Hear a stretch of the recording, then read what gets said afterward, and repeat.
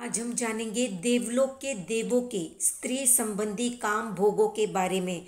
जितना ज़्यादा ऊंचा देवलोक होता है वहाँ के देव उतने ही ज़्यादा संयमी होते हैं।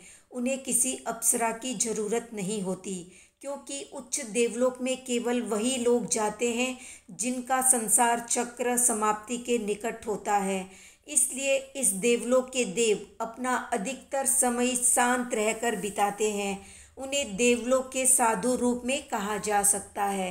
देवलोक का आयुष्य पूरा करते ही उनका बस एक ही जन्म होता है।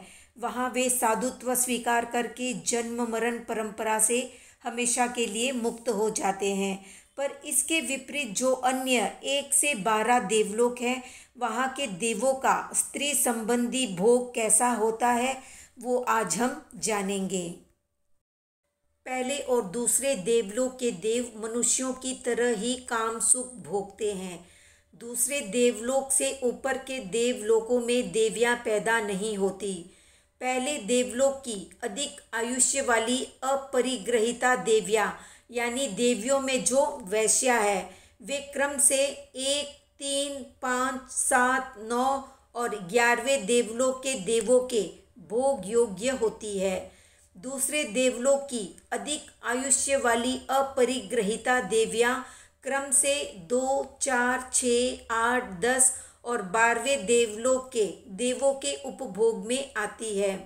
तीसरे चौथे देवलोक के देव मात्र स्पर्श करके 5वें छठे देवलोक के देव देवियों के अंगोपांग और सुसज्जित रूप को देखकर 7वें 8वें देवलोक के देव सिर्फ विविध विषय सूचक शब्द सुनकर विषय जन्य सुख का संतोष या भोग लेते हैं।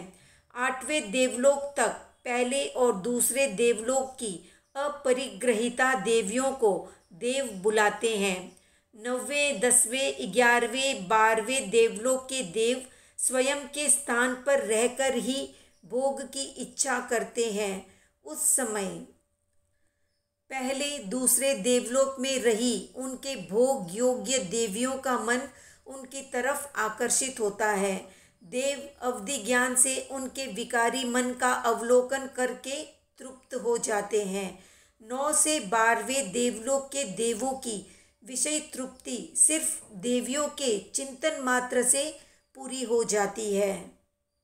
देवियां भी 2 प्रकार की होती है, एक खानदानी कुल वधू जैसी और दूसरी वैश्या जैसी। जो एक देव के साथ ही रहती है उसे परिग्रहिता देवी कहते हैं। जो देवी एक देव के अधिकार में नहीं होती लेकिन ऊपर ऊपर के उसके योग्य देवों के पास जाती है उसे वैश्या जैसी अपरिग्रहिता देवी कहते हैं।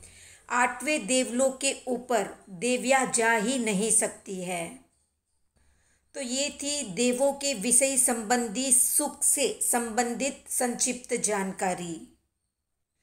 आज का प्रश्न है कि कितने इंद्र तीर्थंकरों की सेवा में रहते हैं, कमेंट में बताएं।